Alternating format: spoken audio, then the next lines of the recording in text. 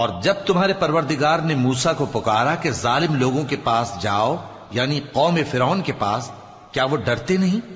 انہوں نے کہا کہ میرے پروردگار، میں ڈرتا ہوں کہ وہ مجھے جھوٹا سمجھیں، اور میرا دل تنگ ہوتا ہے اور میری زبان رکتی ہے، تو ہارون کو حکم بھیج کہ میرے ساتھ چلیں۔ اور ان لوگوں کا مجھ پر ایک گناہ یعنی فرعونی کے خون کا دعویٰ بھی ہے، سو مجھے یہ بھی ڈر ہے کہ مجھ کو مار ہی ڈالیں۔ فرمایا ہرگز نہیں، پس تم دونوں ہماری نشانیاں لے کر جاؤ، ہم تمہارے ساتھ سننے والے ہیں۔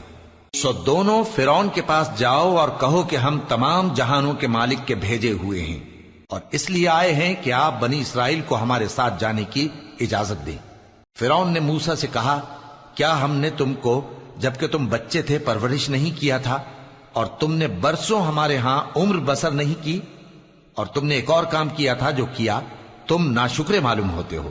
موسیٰ نے کہا کہ ہاں، وہ حرکت مجھ سے ناگہاں سرزد ہوئی تھی اور میں خطا کاروں میں تھا۔